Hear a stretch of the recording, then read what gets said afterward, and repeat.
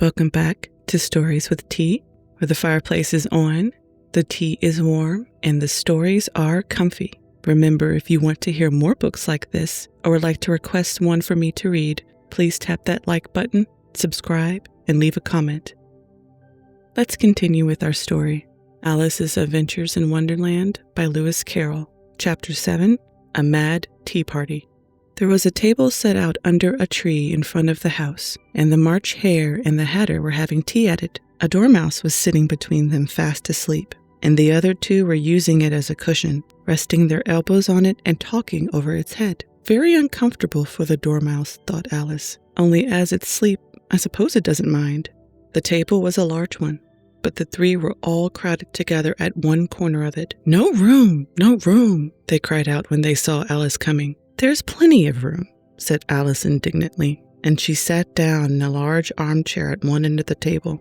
Have some wine, the March Hare said in an encouraging tone. Alice looked all around the table, but there was nothing on it but tea. I don't see any wine, she remarked. There isn't any, said the March Hare. Then it wasn't very civil of you to offer it, said Alice angrily. It wasn't very civil of you to sit down without being invited, said the March Hare. I didn't know it was your table, said Alice. It's laid for a great many more than 3. Your hair wants cutting, said the Hatter. He had been looking at Alice for some time with great curiosity, and this was his first speech. You should learn not to make personal remarks, Alice said with some severity. It's very rude. The Hatter opened his eyes very wide on hearing this, but all he said was, Why is a raven like a writing desk? Come, we shall have some fun now, thought Alice. I'm glad they've begun asking riddles. I believe I can guess that, she added aloud. Do you mean that you think you can find out the answer to it, said the March Hare. Exactly so, said Alice. Then you should say what you mean, the March Hare went on. I do, Alice hastily replied. At least I mean what I say. That's the same thing, you know. Not the same thing a bit, said the Hatter. You might just as well say that I see what I eat is the same thing as I eat what I see. You might just as well say, added the March Hare, that I like what I get is the same thing as I get what I like. You might just as well say, added the Dormouse, who seemed to be talking in his sleep, that I breathe when I sleep is the same thing as I sleep when I breathe. It is the same thing with you, said the Hatter. And here the conversation dropped, and the party sat silent for a minute, while Alice thought over all she could remember about ravens and writing desks, which wasn't much. The Hatter was the first to break the silence. What day of the month is it? He said, turning to Alice. He had taken his watch out of his pocket and was looking at it uneasily, shaking it every now and then, and holding it to his ear. Alice considered a little, and then said the 4th. 2 days wrong, sighed the Hatter. I told you butter wouldn't suit the works, he added, looking angrily at the March Hare. It was the best butter, the March Hare meekly replied. Yes, but some crumbs might have gotten in it as well, the Hatter grumbled. You shouldn't have put it in with the bread knife. The March Hare took the watch and looked at it gloomily. Then he dipped it in his cup of tea and looked at it again. But he could think of nothing better to say than his first remark. It was the best butter, you know. Alice had been looking over his shoulder with some curiosity. What a funny watch, she remarked. It tells the day of the month and doesn't tell what o'clock it is. Why should it? Muttered the Hatter. Does your watch tell you what year it is? Of course not, Alice replied very readily. But that's because it stays the same year for such a long time together, which is just the case with mine, said the Hatter. Alice felt dreadfully puzzled. The Hatter's remark seemed to have no sort of meaning in it, and yet it was certainly English. I don't quite understand you, she said as politely as she could. The Dormouse is asleep again, said the Hatter, and he poured a little hot tea upon its nose. The Dormouse shook its head impatiently and said, without opening its eyes, Of course, just what I was going to remark myself. Have you guessed the riddle yet? The Hatter said, turning to Alice again. No, I give it up, Alice replied. What's the answer? I haven't the slightest idea, said the Hatter. Nor I, said the March Hare. Alice sighed wearily. I think you might do something better with the time, she said, than waste it in asking riddles that have no answers. If you knew time as well as I do, said the Hatter, you wouldn't talk about wasting it. It's him. I don't know what you mean, said Alice. Of course you don't, the Hatter said, tossing his head contemptuously. I dare say you never even spoke to time. Perhaps not, Alice cautiously replied. But I know I have to beat time when I learn music. That accounts for it, said the Hatter. He won't stand beating. Now, if you only kept on good terms with him, he'd do almost anything you liked with the clock. For instance, suppose it were 9 o'clock in the morning, just in time to begin lessons. You'd only have to whisper a hint to time, and round goes the clock in a twinkling. 1:30, time for dinner. I only wish it was, the March Hare said to itself in a whisper. That would be grand, certainly, said Alice thoughtfully. But then I shouldn't be hungry for it, you know. Not at first, perhaps, said the Hatter. But you could keep it to 1:30 as long as you liked. Is that the way you manage? Alice asked. The Hatter shook his head mournfully. Not I, he replied. We quarreled last March, just before he went mad, you know, pointing with his teaspoon at the March Hare. It was at the great concert given by the Queen of Hearts, and I had to sing, Twinkle, twinkle, little bat, how I wonder what you're at. You know the song, perhaps? I've heard of something like it, said Alice. It goes on, you know, the Hatter continued, in this way. Up above the world you fly, like a tea tray in the sky. Twinkle, twinkle. Here the Dormouse shook itself and began singing in its sleep, Twinkle, twinkle, twinkle, twinkle, and went on so long that they had to pinch it to make it stop. Well, I'd hardly finished the first verse, said the Hatter, when the Queen jumped and bawled out, He's murdering the time! Off with his head! How dreadfully savage! Exclaimed Alice. And ever since that, the Hatter went on in a mournful tone, he won't do a thing I ask. It's always 6 o'clock now. A bright idea came into Alice's head.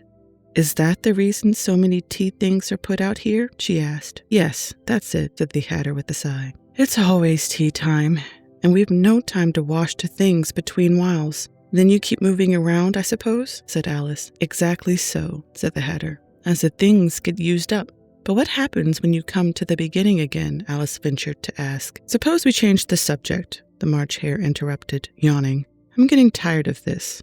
How about the young lady tells us a story? I'm afraid I don't know one, said Alice, rather alarmed at the proposal. Then the Dormouse shall, they both cried. Wake up, Dormouse, and they pinched it on both sides at once. The Dormouse slowly opened his eyes. I wasn't asleep, he said in a hoarse, feeble voice. I heard every word you fellows were saying.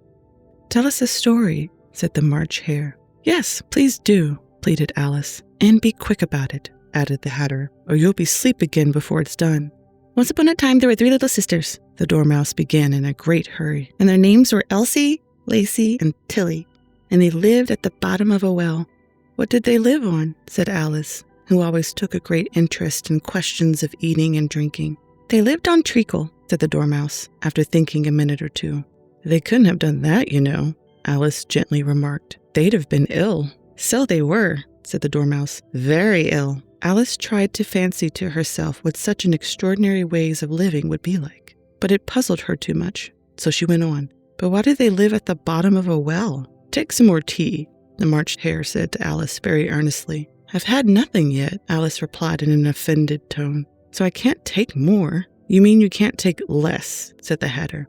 It's very easy to take more than nothing. Nobody asked your opinion, said Alice. Who's making personal remarks now? The Hatter asked triumphantly. Alice did not quite know what to say to this, so she helped herself to some tea and bread and butter, and then turned to the Dormouse and repeated her question. Why did they live at the bottom of a well? The Dormouse again took a minute or two to think about it and then said, It was a treacle well. There's no such thing, Alice was beginning very angrily, but the Hatter and the March Hare went, Shh, shh, and the Dormouse sulkily remarked, If you can't be civil, you'd better finish the story for yourself. No, please go on, Alice said very humbly. I won't interrupt again. I dare say there may be one. One indeed, said the Dormouse indignantly. However, he consented to go on. And so these 3 little sisters, they were learning to draw, you know. What did they draw? Said Alice, quite forgetting her promise. Treacle, said the Dormouse, without considering at all this time. I want a clean cup, interrupted the Hatter. Let's all move one place on. He moved on as he spoke, and the Dormouse followed him. The March Hare moved into the Dormouse's place, and Alice rather unwillingly took the place of the March Hare. The Hatter was the only one who got any advantage from this change, and Alice was a good deal worse off than before, as the March Hare had just upset the milk jug onto his plate. Alice did not wish to offend the Dormouse again, so she began very cautiously. But I don't understand. Where did they draw the treacle from? You can draw water out of a water well, said the Hatter. So I should think you could draw treacle out of a treacle well. Eh, stupid? But they were in the well, Alice said to the Dormouse, not choosing to notice this last remark. Of course they were, said the Dormouse. Well in. The answer so confused poor Alice that she let the Dormouse go on for some time without interrupting it. They were learning to draw, the Dormouse went on, yawning and rubbing its eyes, for it was getting very sleepy. And they drew all manners of things. Everything that begins with an M, Y, and M, said Alice. Why not? Said the March Hare. Alice was silent. The Dormouse had closed its eyes by this time and was going off into a doze. But on being pinched by the Hatter, it woke up again with a little shriek and went on. What begins with an M, such as mouse traps and the moon, and a memory and muchness? You know you say things are much of a muchness. Did you ever see such a thing as drawing of a muchness? Really, now you ask me, said Alice, very much confused. I don't think. Then you shouldn't talk, said the Hatter. This piece of rudeness was more than Alice could bear. She got up in great disgust and walked off. The Dormouse fell asleep instantly, and neither of the others took the least notice of her going, though she looked back once or twice, half hoping that they would call after her. The last time she saw them, they were trying to put the Dormouse into the teapot. At any rate, I'll never go there again, said Alice, as she picked her way through the wood. It's the stupidest tea party I ever was at in all my life. Just as she said this, she noticed that one of the trees had a door leading right into it. That's very curious, she thought, but everything's curious today. I think I may as well go in at once, and in she went. Once more, she found herself in the long hall and close to the little glass table. Now, I'll manage better this time, she said to herself, and began by taking the little golden key and unlocking the door that led into the garden. Then she went to work nibbling at the mushroom. She had kept a piece of it in her pocket till she went on about a foot high. Then she walked down the little passage. And then she found herself at last in the beautiful garden among the bright flower beds and the cool fountains. Thank you so much for spending this quiet moment with me tonight. I hope today's story brought you a little comfort and a little warmth. If you enjoyed our time together and would like to join me again, don't forget to tap that like button and subscribe so you don't miss the next chapter or story. Until next time, sweet dreams, and remember, you are safe, you are loved, and you belong here just as you are. Good night.